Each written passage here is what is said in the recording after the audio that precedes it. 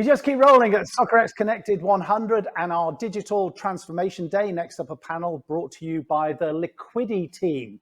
Around now is the time for rights holders and athletes to build their own platforms and shake the handcuffs of the current content strategies. Joining us today, Thomas Uhler, CEO and co-founder of the Liquidity team, Markus Hoffel, founder of MHM Management, and leading the discussion, the one, the only, SoccerX's own Mr. Charles Wagstaff.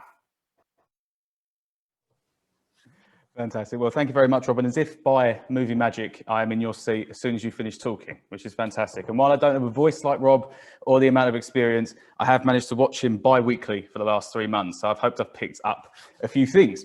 But today, and our second to last panel of the day, we have an extremely interesting one. A panel sort of breaking down how now it's time for clubs, federations, and even athletes to branch out and start to take full ownership of their own content, the production of it, the publishing of it, and most importantly, also the housing of it as well. So joining me today, as Rob said, we have Thomas Uhler, CEO and co-founder of Liquidity team, and Markus Hoffel, a man with a list of roles in the sports world as long as my arm, and recently board member at Augsburg and founder of MHM Management. So gentlemen, we have a lot to go over today, and I think it's best that we get started as quickly as possible because I can see our 45 minutes ticking away. So Thomas, I think it's best place to start with ourselves. I think a look at the current sort of landscape. So let's look at the current landscape of rights holder content and platforms. What do you think at the moment are the biggest pluses for clubs in these established sort of brands and sites in a way, but most importantly, the minuses that clubs are seeing from the current setup? What are the sort of handcuffs that they're experiencing with the sort of platforms that are currently so readily available? So, hi, glad to be here, and let's, as you say, hop right into it. So I think when we talk about the current landscape, let's briefly define what is happening today. And I think in the current content landscape and digital fan relationship landscape, as I'd like to put it, we see a world that is super centered around social media and the big social media platforms, which of course has certain advantages because these platforms manage to attract a user base at absolute unbelievable scale. I mean, in the case of Facebook, for instance, we talk literally about billions of users globally. And so sports and rights holders in general have managed to attract audiences on these social media platforms. But then you ask for the handcuffs or the downside of this approach. And I think the main downside of it is platform ownership or the lack thereof. And what I mean by this is we have rights holders who have fans and manage to attract a lot of attention, but they don't have their own platform, which in turn is the basis for a bunch of business models that are fine-tuned to the digital economy that we are moving into, or I would argue we are since a while in. Absolutely. And Markus, I'll bring you in on this one as well. With your work with sort of clients sort of around the football world as well, have you seen from the likes of sort of your YouTube, your Twitches, your Facebooks, and recently more sort of TikTok, have you seen sort of how clubs have operated with these and their sort of pain points maybe with the current platforms and the current sort of and the current system of doing things? Have you seen any sort of handcuffs there for the clubs? Are you on mute, Markus, I think?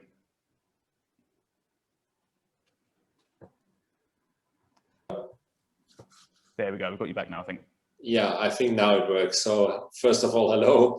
Yes, for sure. There are some downsides since the clubs and also the athletes are not owning the data on their social media. So the reach is big and this is a lot of advantage. But, you know, they still should think about ideas and concepts, how to own the data by themselves. I mean, first party data is the goal of the 21st century. So I think that's very important, and this is a big challenge for all the clubs. But you know, the blockchain technology for sure is a technique that gives them the opportunity. Absolutely, and to sort of own, how important is it to own your own data in that sense? Obviously, the current platforms have a way of working, but what would be the advantages of having a full sort of omnipotent power in a way over your own data set that you could sort of, it would make it a lot more malleable, I suppose. Thomas, what do you think on that? Well, I mean, data per se has been a big buzzword, and sometimes it's overhyped. It really depends on what can you do with the data. So what you can do once you have data, though, is really powerful. And thinking from a sports perspective, for instance, data can be used so in advertising, you use data to target advertising. And once you think about sponsorship, which is the dominant type of advertising in the sports industry, it enables entirely new digital forms of sponsorship activation from data. So more targeted, but also more personalized types of sponsorship activations that you can perform. And that, of course, depends on data, but it's even more, right? It's like cross-sell, upsell potential. That just the basic example. Many platforms are very hesitant in giving you email addresses. So once you don't have email addresses, you cannot do email marketing, which is very powerful in many respects. So there are different ways, but of course it goes even as far as like once you have data, you can analyze it, and analytics is very important. For instance, in the context of audience segmentation, which, and maybe we will touch upon this later on, but audience segmentation becomes ever more important in the digital realm, because you really need to understand profiles and preferences of your audiences to reach them, but then also to develop the monetization strategies that are really fine-tuned to these audiences. Absolutely, and maybe that's another handcuff in itself. The fact that these platforms aren't just geared for sports and football teams and athletes; they're geared for everything. YouTube's algorithm, YouTube's sort of data reporting isn't geared to just what football teams want. So maybe that sort of personalization factor, that sort of a new centralized platform for these clubs, could make for sort of a lot more better insights, I suppose. Yeah, definitely. And I mean, it's like Mark said, it's like the gold of the 21st century. And so the current platform owners have very little interest in sharing their data sets with you, because it's what their business model is based upon. But the question is, where does the sports industry have to move and develop in the next few years to be competitive in this digital attention economy, as it's sometimes referred to?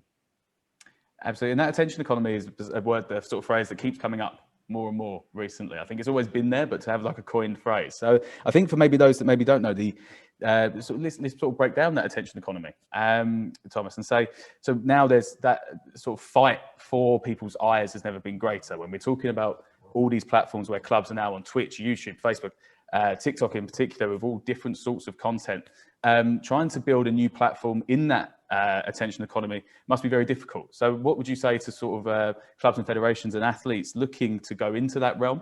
How can you best make your chunk of the attention into your new platform?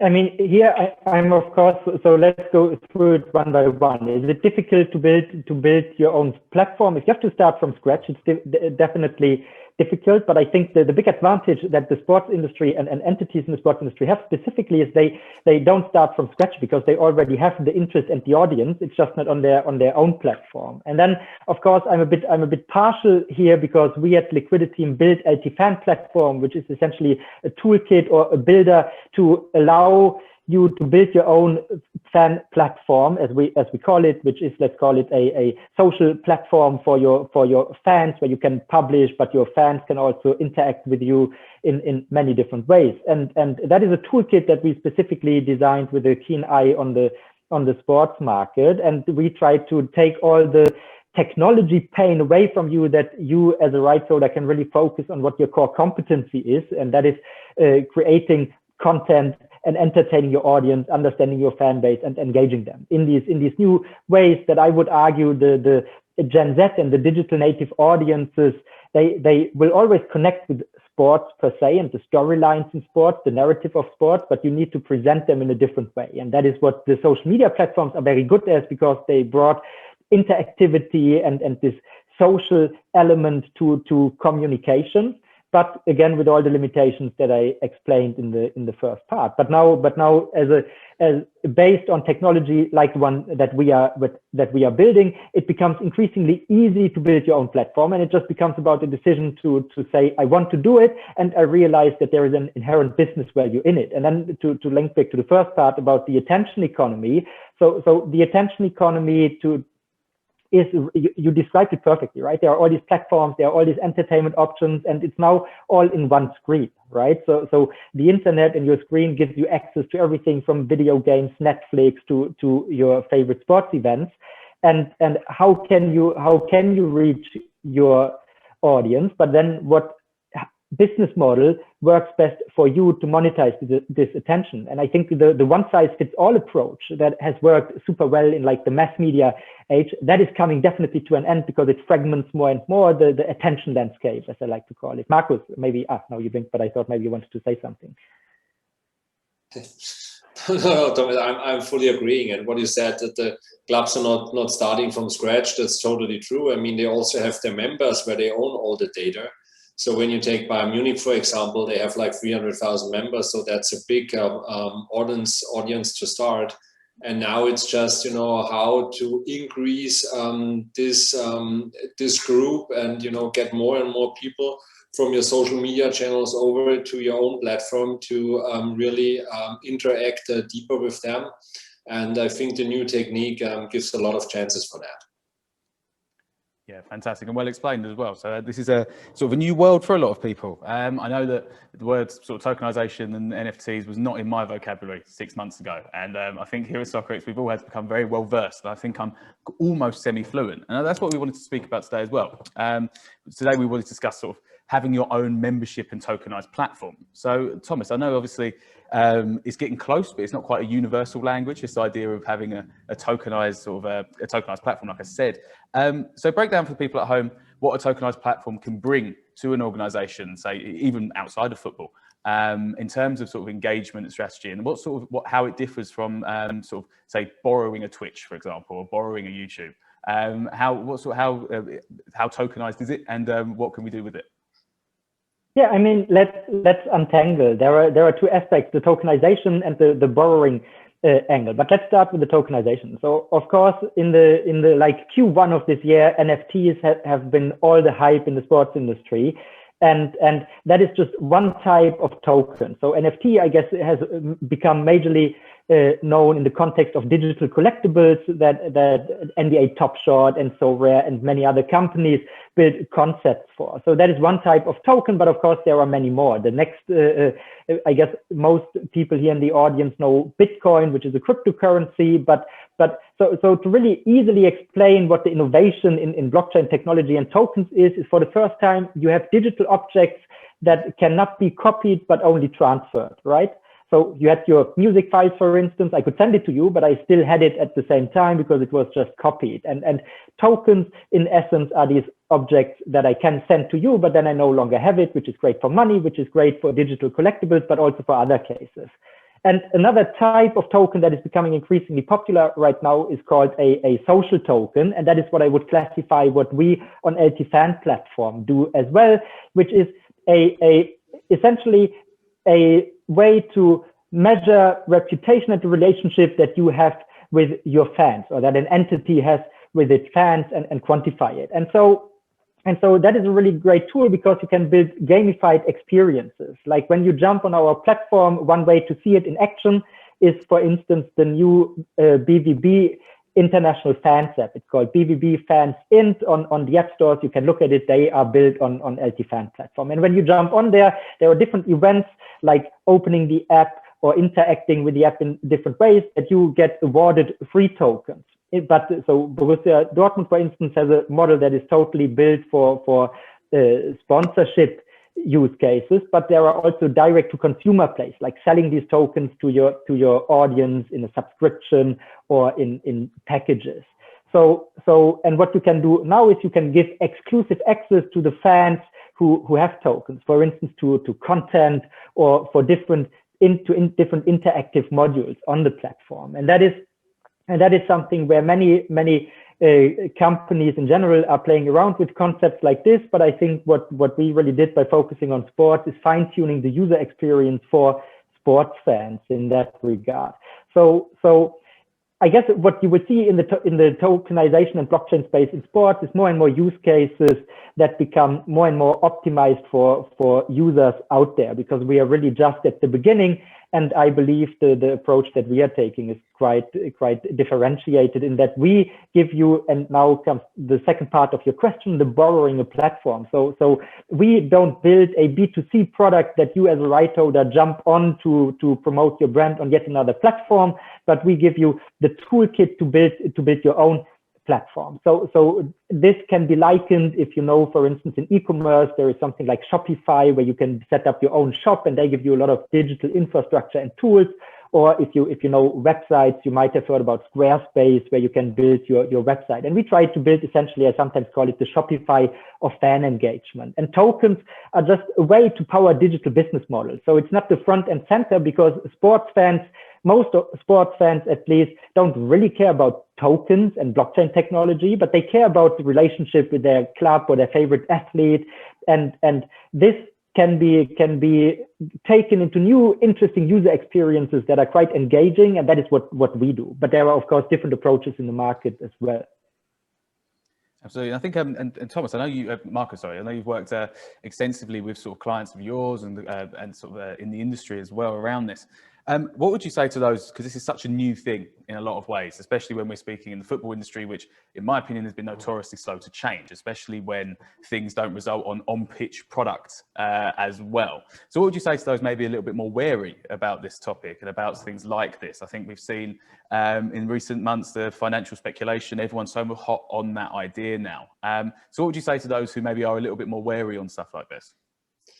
Yeah, I mean, I was wary as well. You know, when I got some contracts on my table, all of a sudden I haven't seen before and did not understand what it is really about. So it's a huge topic, and Thomas just explained it perfect. He explained it once to me, and I got a clearer picture what kind of businesses you can do with the blockchain. And I think the biggest mistake you can currently do is to sign too exclusive contracts, too long-term, and not really knowing what you're doing, which can easily happen because you have a new contract on your table with a new technology and it's offering a lot of money, and you give away exclusivity of something you're not really aware of. And I think that's the biggest mistake that's currently sometimes made. I read today that AS Roma now signed their third contract with a blockchain company. So I think they are aware of how you can really skip it and you know, really divide it into different products. And I think that this will more and more come, that we will all be aware of for what the blockchain technology can be all used for. I mean, just to hop in here real quick, I think what is definitely always happening when you introduce new technologies, there is like one term that people talk about, but it's not really nuanced. And the same is true for all the stuff in the blockchain world. That is a big topic of mine since many years. And once we start to understand in more nuance what is what, like for instance an NFT, yes, you can use it for collectibles but there are many different other things you can do with it too. Like for instance, ticketing can also use NFT technology. So we need to develop this more precise language and then understanding. And then just like to Marcus' point, then you can also understand that if you now give an exclusive blockchain deal to anybody, that is pretty much not what you should be doing, because there are so many different nuanced use cases. And even in NFT, I would argue, right, something that is like so rare, where you can collect player cards and have a fantasy game, is fundamentally different than a moments-driven approach like NBA Top Shot and other things. So yeah, I would definitely double what Marcus just said. Absolutely, and that sort of leads me on to my next point actually quite nicely around sort of NFTs as well. And I think you said there, we had a quick call before sort of discussing the topic, and that idea of don't sign long-term deals came up. And I think in this space, it's never been more sort of prevalent. When the technology is expanding so quickly and the expectations is expanding so quickly, the idea that you're tied down to a 5-year deal when where companies could completely surpass that deal. What would you say to sort of clubs that are sort of looking into signing exclusivity deals, maybe so they can have their hands sort of off the problem, because it's such a new thing currently, and maybe it's the expense behind it as well. So Marcus, what would you say to sort of clubs who are looking to sort of go into this world, but maybe not be too hands-on? What would you suggest? Would you suggest you should be hands-on as much as possible in this world? Well, I mean, first of all, I probably would call an expert like Thomas and talk to him. But, and by the way, so did I. No, I think really try to understand what it's all about, and maybe if you're not sure and feel secure about what you're doing, maybe just start with some non-exclusive deals. Maybe not go for the first quick money, and you know, really take your time. And I'm sure, we learned so much in this first 6 months of this year. There's a lot to come in the next 6 months and after that. So just take your time. But if you want to be part of it, maybe do some on a non-exclusive basis, but don't give away exclusivity, at least not for long term. I think that's the most important advice I can give. Yeah, and what I would add, which of course comes also to my strong belief that is reflected in the company and the product that we are building, is that you should avoid making not necessarily the same mistake that happened in the social media era or the Web 2.0 era. But back then it was maybe made sense to really rely on these platforms. But now you see that still a lot of companies try to build the same kind of business like the Facebooks and the Twitters of this generation, where they want you to be, I mean, sports is, what is it in the context of social media? Very often it's a free content provider for these platforms who then have this great advertising business model and several other ways to monetize their user base. And I think the point to avoid in this next generation of the internet evolution is to think about which business model do you need to have to be future-proof as an entity. And that is true for leagues, clubs, athletes, and there is a lot of opportunity. And because I'm very, very confident that the sports business is going to look very different in 5 and 10 years from now in terms of how your revenue is, how it comes, how it is constituted out of different sources. Yeah, fantastic. And I think something else that came up as well, where we were discussing the revenue split that we might see sort of change. And Marcus, obviously with your experience at sort of clubs directly, where do you sort of see that changing in the next 2, 3, 5, 10 years? Do you see sort of more digital spend and digital revenue start to dominate those balance sheets a lot more? Yeah, for sure. I think that's the world we are in. So everything is changing from, let's say, traditional to digital, and that happens to sport and will happen more and more. We can see, small but amazing developments like, TikTok all of a sudden becomes the most famous sponsor of the Euro.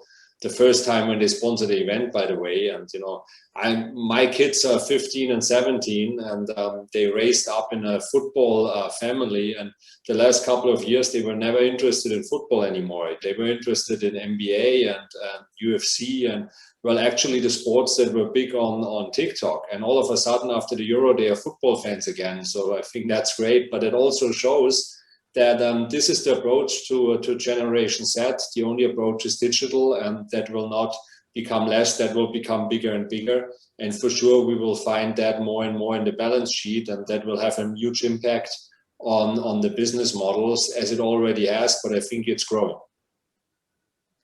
Perfect, yeah. And I think, and Thomas, coming to you on that, to speak about sort of the next platform, I think we're living in a world where the talk of blockchain, the talk of this token economy is actually quite, the best people sometimes speak about are the younger generation, who by accident and osmosis have a better understanding of it than, say, someone my age. Do you feel that sort of that is the next step for everyone's always talking about how can you get Gen Z, but before that it was how can you get millennials hooked? So what do you think, sort of this tokenization, this platform sort of solely run by the organizations, do you see that as the next sort of TikTok, the next step? I don't know if that is the comparison that I would make, that it is the next TikTok. I think the comparison that I would make is you have to, so social media channels will always have large audiences, and they will change over time, and the better user experiences or more interesting user experiences that engage these next generations will win out. And you see a clear trend towards, of course, we saw a trend towards video, but we also saw a clear trend towards interactivity, right? Live streaming, that has become a big topic over the last, let's say, 5 years. Also really lives off the fact that it is highly interactive, and you can, for instance, jump on a chat, but you cannot only chat, but you can even pay for a super chat. So your live streamer during the live stream will read it, will interact with you. And these are new, like, social and cultural norms for an audience brought up on the internet, like the kids Marcus just referred to. And which, of course, I also know from my brother and other younger people I watch, it is really interactive. They don't accept one-way content. So, and that is something that is reflected in social media platforms, and I guess the big ones, of course, copy all the new features from startups, but also some interesting startups emerge and happen. But now the question really is, from a business and audience standpoint, what do you do with these new forms? So there are new forms, and these forms happen on social media platforms, but can you at least take one segment that is really interested in you, in your brand, whether it's a club brand, athlete brand, whatever, and get them into your own environment, give them, for instance, give them more exclusive content, give them the feeling of what I call digital proximity, to be really close, and then redefine what these social media channels are. Because right now, I would put it like this: they are, for most entities in sports, where your fan relationship lives. But that shouldn't be the case. They should be what they are, by the way, for most digital businesses, user acquisition channels, to get your audience on your own channel. And of course, you may not be able to convert 100% of your reach, especially if you are a super big brand, but a certain percentage. And let's assume you get 10% of your social media audience into your own channel, and then you have different business models from direct to consumer to sponsorship, but that can really leverage all the data, the first party data that you have, and so on and so forth. And I think there you see really interesting business opportunities emerging. Absolutely, I completely agree. And moving back onto the NFT discussion, which seems to be my life at the moment, is going back to NFTs. And we've seen sort of the speak, the talk, and the amount that they come up so much more now, and it's exploded. But an important discussion that's always come up is always that bubble that was going to burst, where the idea that a digital collectible can only go so far. And I think the key question that's always come up in my discussions sort of around the football world as well is how can we sort of elongate the fans' relationship with these digital collectibles that's beyond collecting dust as an investment in a sort of digital attic in a way. So Marcus, we'll sort of come to you. Is it all about the utility behind NFTs and what we can build there? Yeah, and I think the worlds are merging. So gamification for sure is a big keyword. I think $2.6 billion were invested only in gaming in the first quarter of 21. So that's a huge number. I did my first investment in gaming now since I wanted to join that world. And I think everything is merging now. So that's very important, I think, for a club to be present in on all different levels and seeking for solutions to bring everything together. And I think the fan is not only the fan anymore. So now it's about target groups. We talked about Gen Z now. And for them, gamification and also second screen during the games is very important. So all ideas behind, or all possibilities behind the blockchain technology are very good for that as well. So you can directly interact with the club whilst you're watching a game. And I think these are the concepts of the future. And what I would add, because definitely I think gamification plays a super important role for the next evolutionary stage of NFT. I think another aspect that we can mention there is social context around it, because if you think, especially in sport collectibles, more so than, for instance, in art. Maybe in art, it's really about collecting and value and value appreciation and so on. But in the context of sports, when we had like our baseball trading cards or our Panini stickers here in Europe, that it was about taking them to the schoolyard and talking with your friends about them and showing them. And this was really what made it more interesting. And now you need this social context around NFTs, which, for instance, little spoiler alert or teaser, we will do on LT Fan platform, but also other companies are building similar things. And that is going to be really, really important, because now the sports fan wants to, for instance, show to his friends the extent of his fandom, or that he has these NFTs. And then I think another important aspect is like portability of NFTs. And that is really ingrained in blockchain as a technology, because it's not only open source, but it's also built on like standardized protocols. And that makes this very easy. So one thing, for instance, we are talking about when we are currently working on our NFT solutions is, imagine you have a NFT in an application by a rights holder. So assume, for instance, Borussia Dortmund has an NFT, and this NFT entitles you to unlock some exclusive element in an environment of one of the partners. So what I like to talk about is sneaker companies. They usually have their sneaker configurators where you can design your own sneaker, and now you can get this unique design element that you can only unlock if you have an NFT. but this you can of course think in many, many different contexts where interoperability and portability is really cool. For instance, coming back to Marcus and bringing it full circle in gaming, because imagine a club could give you like a exclusive digital merchandise that is like a skin, you know. In games like Fortnite, kids spend really a lot of money on skins for their avatar. And now imagine you can jump into this game because there is a unified standard, and you can take a jersey which you can take to your Fortnite avatar, to your FIFA My Career player, and so on. And these are the say second and maybe the last one, third generation NFT use cases that will be super exciting. And that is convergence at its best. I think that's the most interesting looking forward. The future of it is seeing what you could do sort of cross-platform. We hear that in gaming all the time. Cross-platform is now in existence. So the idea that you can take an NFT that you own from one platform to multiple others, is that something you could see quite common as it becomes more into the lexicon, the NFT sort of world, as companies start to take a lot more notice? Do they start to accept other digital products from other realms, and almost combine powers in a way?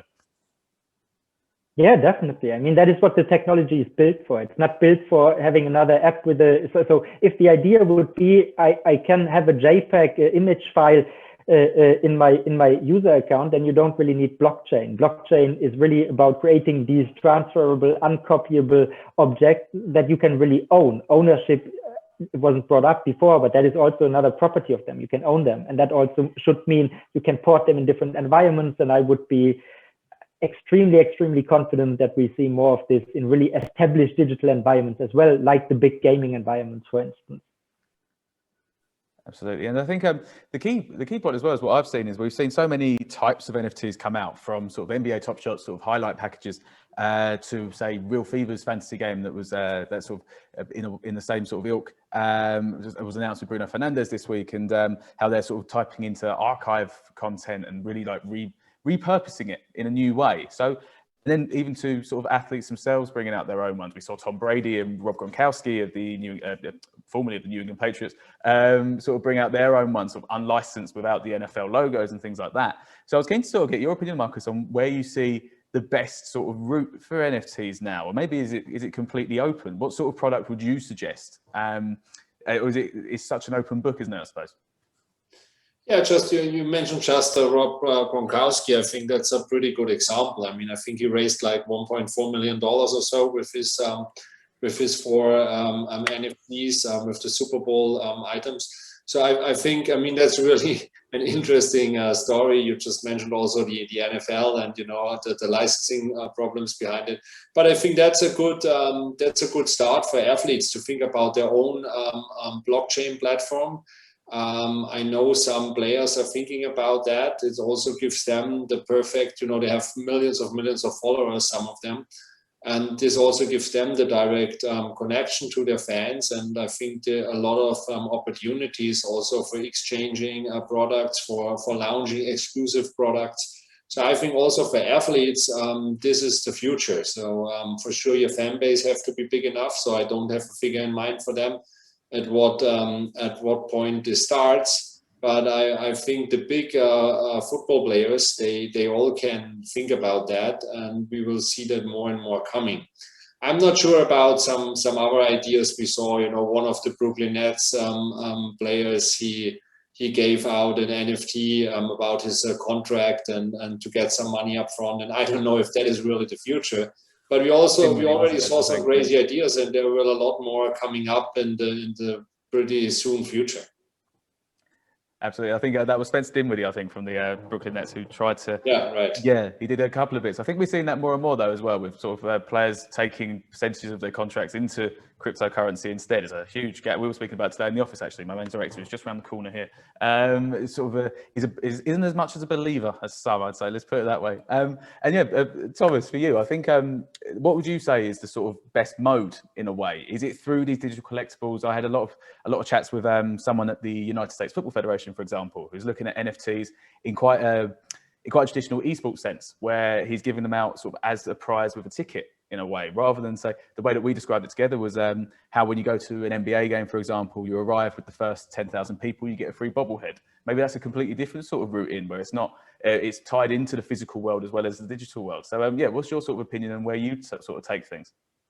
Yeah, I mean, so in my former life, I used to work as a consultant, and the best answer or the standard answer there is it depends, but sadly it is also the good answer in this case, I believe, because it depends on your goals and what you want to achieve. But so at Liquidity Team, from a product standpoint, we think about this the following way. We want to support very different scenarios for you as a platform owner and rights holder to achieve these goals. So for instance, what you described is something we are going to launch in the next few weeks, which we call engagement NFTs, and that will allow you to reward your users with free NFTs, digital objects, collectibles, for certain actions they can take, which can range from doing something in your application to a bit later also doing things in the offline world. And now you can reward them with these objects. But of course, we will also support different business logics for doing everything from selling them for a fixed price to auctioning them away. And it really depends on what is the NFT, right? If the NFT gives you exclusive, so if it's a super rare NFT that allows you to for the lifetime have a free ticket in the stadium, then maybe you want to auction it away and you don't want to give it away for free. But maybe also you want to do the latter because it's really a one-time super attractive fan engagement event that you want to create and get a lot of buzz around. So there we go. But I definitely believe that understanding conceptually what NFTs can do and then applying this is just at the very beginning, and the next 1-2 years will show a lot of experimentation in this field. And from the athlete standpoint, to just briefly go back to this as well, I think the combination of having now these digital items plus doing it on your own platform is super interesting. If you think about it from, for instance, how can you build a sustainable post-career even, or do something that is sustainable post your active player career, for one. But for the second aspect is also that, of course, players today are very often at the center of the fans' attention. As you can see, for instance, Instagram follower numbers, at least the biggest stars sometimes have more followers than the clubs they play for.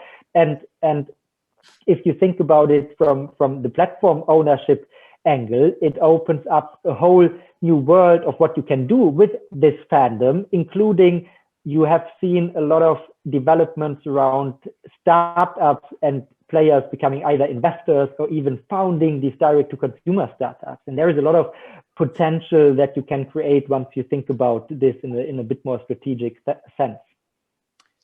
Yeah, just maybe to add that, Charles, so I fully agree with Thomas, but it's not only potential for the players, I think it's also the clubs will be a little bit afraid of it. The stronger the player becomes, sometimes the clubs feel they are too strong already anyway. So, but I think for the players, it's another potential to get even stronger, and the clubs have to think about that early and also step into that world very fast, so that they do not lose the power towards the players more than they already did. Absolutely, I think that or if you want to merge these points and this thinking, then you can even think, hey, maybe as a club, it's a smart strategy to build your own strong platform, because athletes are very interested in having the audience, but maybe as a club you can almost provide like an additional service and opportunity for your players to collect fans and maybe have like additional revenue streams besides the playing contract. So maybe that is a spin that we could even see developing. Yeah, and that brings me on quite nicely to my next point, actually, around sort of the more an athlete going out on his own and doing this sort of thing. I think we see it a lot more in American sports than European sports, beyond the Messis and the Ronaldos, is appealing outside of your own sport. And I think in the world of sort of esports and stuff, we've seen that, especially, so the likes of sort of FaZe Clan going in with Man City, going in with certain athletes, Kyler Murray in the NBA, and we've seen it slightly in football with Diego Jota and his sort of FIFA esports team, and Sergio Aguero, for example. But I think the all important thing is that authenticity there, and maybe the authenticity in these new worlds while wearing a certain kit, your club kit, maybe it isn't quite there. So what's your opinion on that, Marcus, getting that authenticity maybe when trying to reach out to these new worlds, maybe outside of football? Yeah, I think that will come anyway. I mean, it's always like in Europe, we are some years behind the development in the US. Maybe sometimes that's an advantage, but because we already have seen the first mistakes that were done over there. But yeah, for sure that will come. And the players and also the managers should maybe have a brighter look to the US, a bigger look to the US, and really bring over these ideas pretty soon. So I think it's just a question of months that we will see there much more in the European market as well. Absolutely. And one question I had from the audience here, actually, from Philippe here.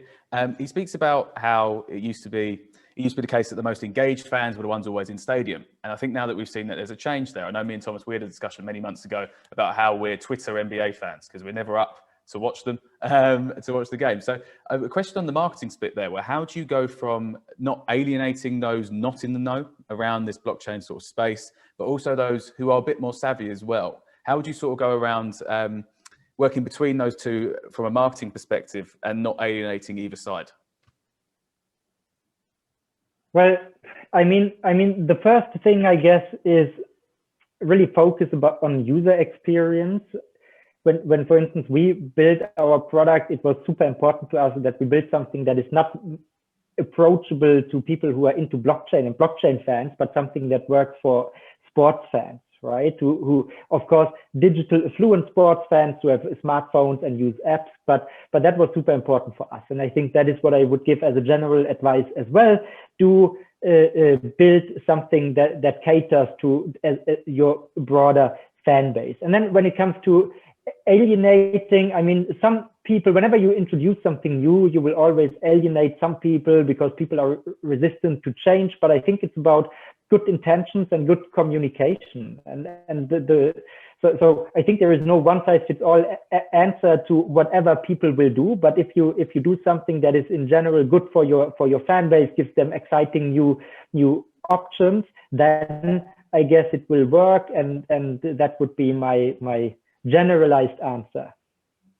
Fantastic. And I think somewhat unfairly, I'd say, we've got a question here from Alfie here.